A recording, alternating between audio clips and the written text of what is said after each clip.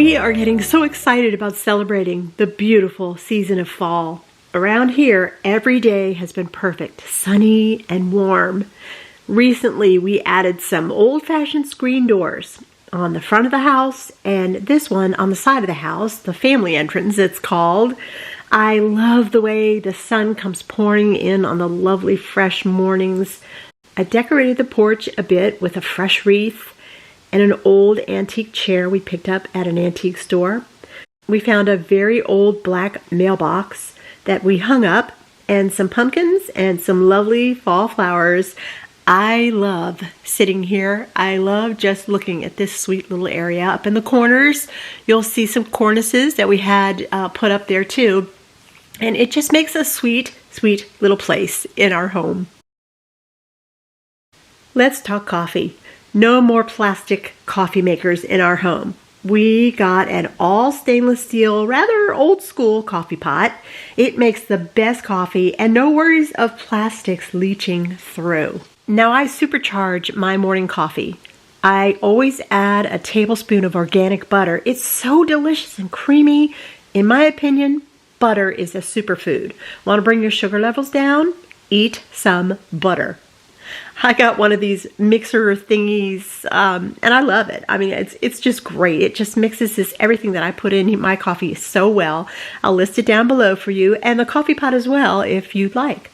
I also add a scoop, which is approximately a quarter of a cup of my collagen and protein powder, because why not? You don't taste it. You might as well put it in there. And I mix that in really, really well.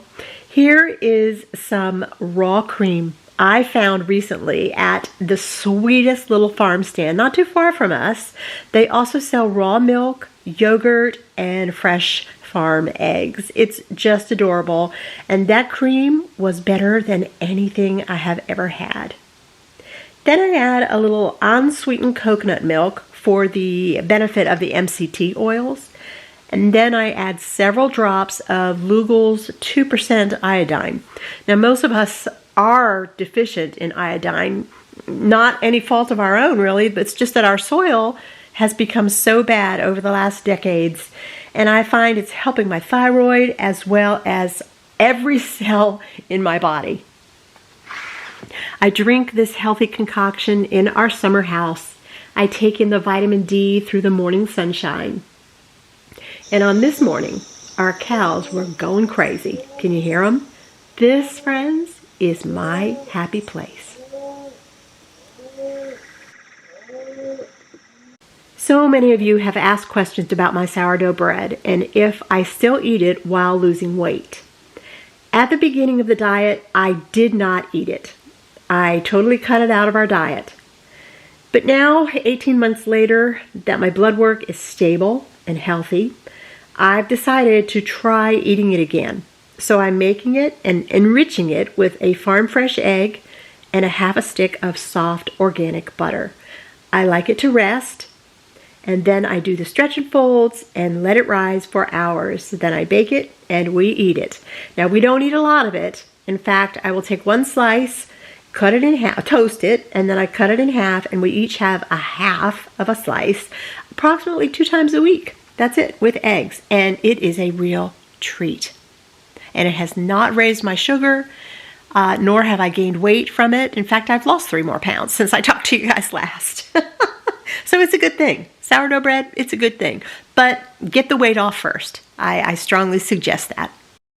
Okay, now on to the star of this video.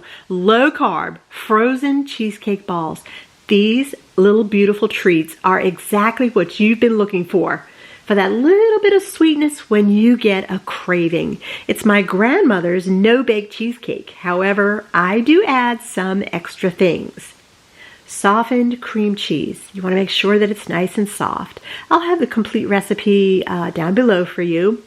And my favorite sugar substitute is allulose. Those who have been with me for a while, you know how much I love allulose.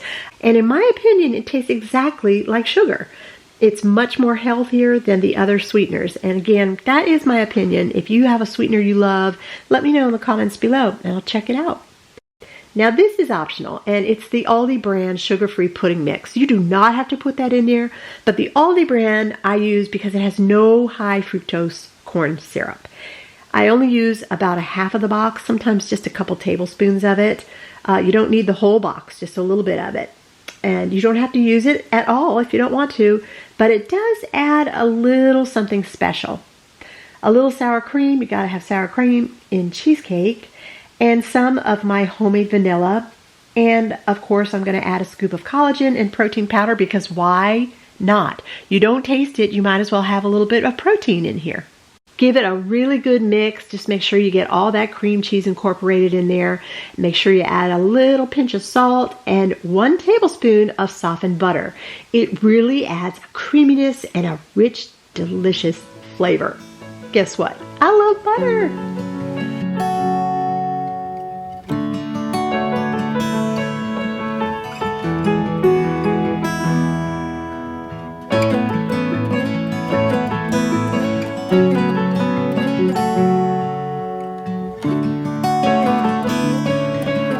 Today I separated the batter and made strawberry balls and chocolate balls. Just cut up a few strawberries. You really only need about 3 or 4 good sized strawberries. Try to find some really nice red juicy ones and make them organic if you possibly can. Aldi has them now, organic blueberries and strawberries at a pretty reasonable price, I think. And they do have carbs. Berries do have carbs. They're low in carbs, but that's why I only really add 3 or 4. This is all you really need. You get that pink, beautiful flavor and a little chunk of strawberry. Honestly, it's like a little piece of heaven. I always give it a taste. If I need a little bit more sweetener, that's fine. If I need a little bit more sour cream, maybe so. But if I were you, for the first time you make this, I would try to stick with the recipe. For the chocolate, I add some cocoa powder. And that's it. It is packed with chocolate flavor. Yes, the batter is fabulous. I get a piece of parchment paper and a melon baller, or just a small scooper, and just drop them on the tray in beautiful little balls.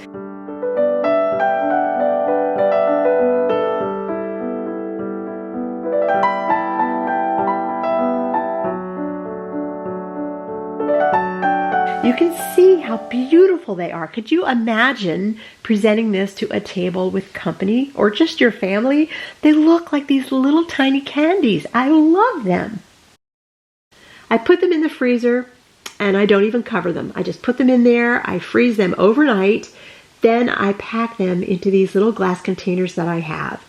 I like to keep them in my kitchen freezer because you'll want them close by. Trust me on that. I like them frozen. Although they don't freeze solid, you know, like a steak. You do get a bite out of it if you take one right from the freezer. It's not going to break your tooth. It's nothing like that. You'll take a bite. It's almost like eating a cookie. It's absolutely the perfect little bite. Now, Lou, he likes to leave 1 or 2 or 3 out on the counter for about 5 minutes. That's how he likes to eat his.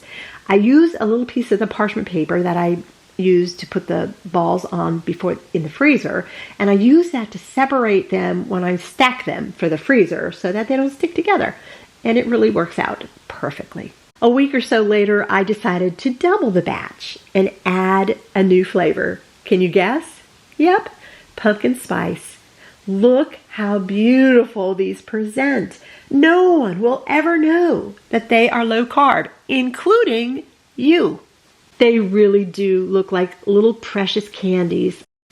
They look like beautiful little clouds sitting on a platter. They're just so delicious.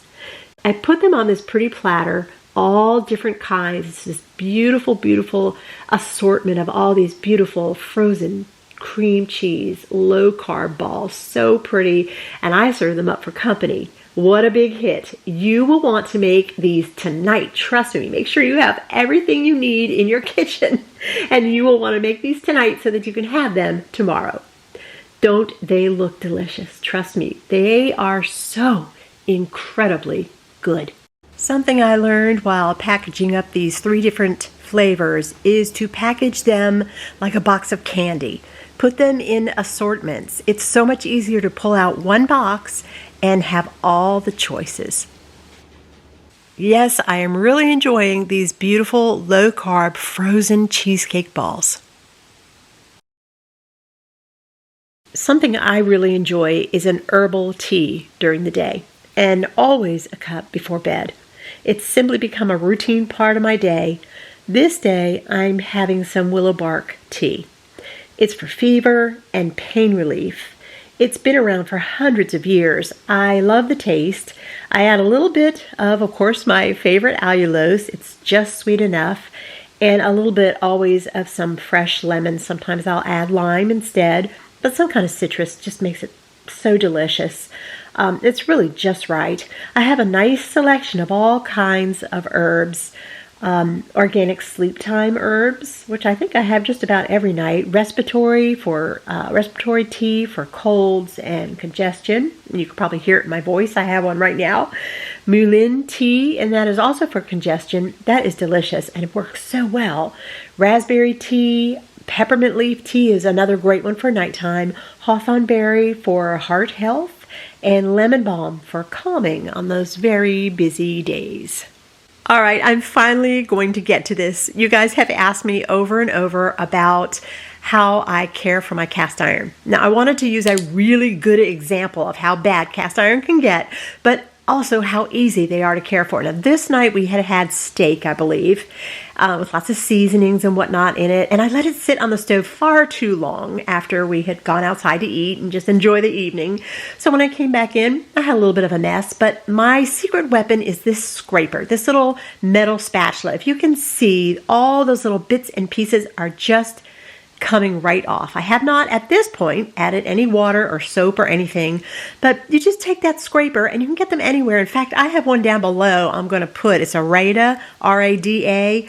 That is my favorite scraper. And most of my meals, I never have to do this because I don't let them sit that long. But if you get a really bad pan like this, just get a scraper. Don't use a sponge. A sponge will not work, and they just get dirty, and you end up having to throw them away. Yes, I use water. Yes, I use dish soap, just like this. I got all the gunk out of it with my scraper. It just came right out. It only took a few seconds, really. It just chips right out. And then I add a little bit of water, a little bit of warm water, a tiny bit of soap detergent, and I scrape again, just making sure that everything has come out. Then I take a clean sponge that really does not get very dirty because all the gunk is gone.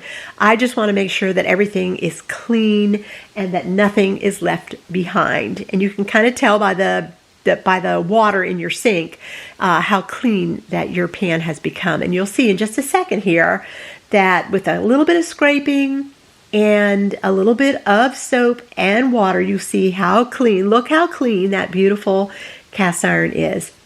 The most important thing, guys, is to dry it. As soon as you wash it, get a dry, clean towel and keep that cast iron pan as dry as possible. Get the handle, get the sides, get the bottom, get all the way inside that pan. Make sure that all the way around the rim, everything is dry. At this point, for me, I'm good to go. But occasionally, I will take it over to my stove. I just turn on the stovetop. Oh, there we are back. We're back to the old stove again. And anyway, turn on your stove on like a medium and just walk away. Just go do whatever you need. Just let it sit there. You might hear a little crackle or something. If you do, that means there's a little bit of water in there you want to get rid of. And that's what I do. If your oven was hot for some reason, if you had a dinner that was in the oven, you could have just easily enough just thrown it back in your oven and that will be just fine. It only takes about 30 seconds. I only do this for a very short time. I take it off and look, it is perfectly beautiful, not a smidge, not anything on that pan. And I stack it up with my other pan and I am ready to go again the next day for my next meal. There's that little Rada spatula that I was telling you about. This thing works like magic. It's just great. All right, and here is my sourdough bread after I have worked on it all day. I was stretching and folding. If you do sourdough, you know just what I'm talking about. And then I baked it, and it just came out so beautiful. And we enjoy that bread so much. Friends, thank you so much for joining me. Here's the outside of our house with my new front door, screen door, and a few little pumpkins here and there. And we have just been enjoying this season so much. Thank you for joining me. You are all a joy. You bring me joy. This channel brings me joy. We are Super 60s new farmhouse in the forest. Come join me again soon. Bye now, and Lord bless.